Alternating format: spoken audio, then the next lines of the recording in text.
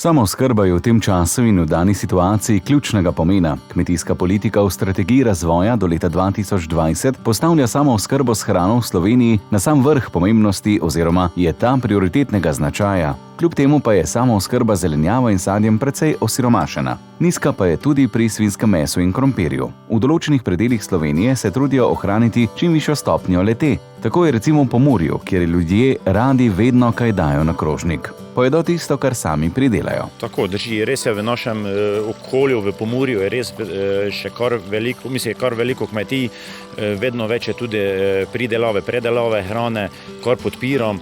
Vučja vas pri Križevcih pri Ljutomeru je ekološko zelo ozaveščena pomurska vasica.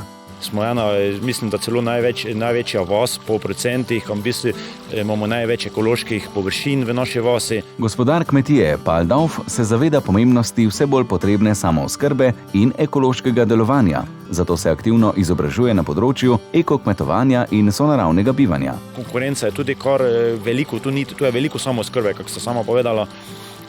Tako da tu kupna moč ni recimo tako močna, recimo lokalno. Moraš iti malo na zven, tam kjer ni toliko predelave hrane. V lanskem letu je povprečni Slovenec zaužil 129 kg sadja, 123 kg zelenjave in 118 kg žitnih izdelkov. Teh živil v Sloveniji porabimo največ, smo pa hkrati pri njih odvisni od uvoza. Kar precej odvisni. Po preverjenih podatkih pridelamo 44% zelenjave in 30% sadja, žitnih izdelkov celo 74%. Predvsem trgovci se tožijo, da slovenski kmetje oziroma pridelovalci ne pridelajo dovolj sadja in zelenjave. Napaka je ta, da ga ne pridelujejo čez celo leto. Zato ga moramo uvažati iz tujine, kot na primer Italije, Španije ali iz držav Južne Amerike. Za samooskrbo se zato odloča vse več mladih. Takšna je na primer kmetija Duh v Prekmurju. Dobrodošli torej na naši mali kmetiji, kjer za samooskrbo pridelujemo zelenjavo in sadje, vzgajamo pa tudi različne vrste živali, kot so perutnina in prašiči. Zelo dobro pa smo Slovenci samooskrbni z mlekom, kar 127%. Prav tako je slika precej pozitivna pri perutnini in govejem mesu. Letošnje leto je za vsa področja delovanja zelo drugačno in nenavadno, tudi za kmetijstvo. Kriza nas sili v določene drugačne poglede in načine ravnanja. Šele v kriznih situacijah ljudje spoznamo, kako zelo pomembna je samooskrba. Pri nas se tega nismo bali, kajti že veliko let se znamo sami narediti sadike, ki nam potem do pozne jeseni darujejo tiste sladke in dobre plodove.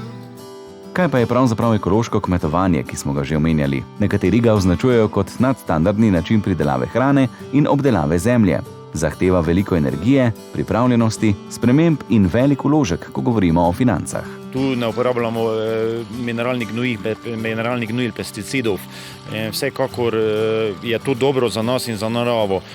Je pa res, da smo tudi mi, v bistvu, zdaj smo imeli tretje leto preusmeritve, letos je certifikat eko.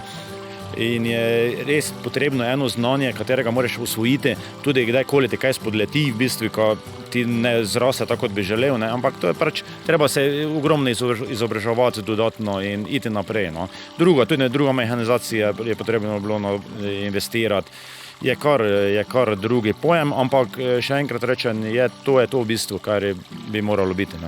Evropska unija se vse bolj zaveda pomena ekološkega kmetovanja. Zadala si je cilj, da bi se do leta 2030 vsaj na četrtini vseh zemljišč v EU izvajalo ekološko kmetovanje. Če Slovenija želi doseči ta cilj, bo morala kar precej povečati količino zemljišč, namenjenih tej vrsti kmetovanja.